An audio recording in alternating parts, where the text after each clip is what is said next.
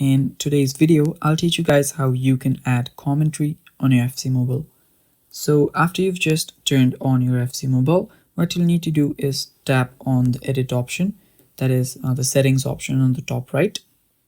So after you press on it, you will see a few settings right here. You need to tap on audio. So after you're on audio, you will see again a lot of options. So what you'll need to do is just tap on commentary, and here you will see different languages. So you can just select any language that you prefer. So you can just select from a list of languages.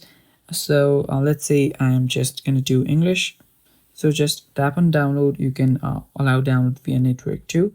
So just tap on it. You can just download it. And while it downloads, you can check out other languages too.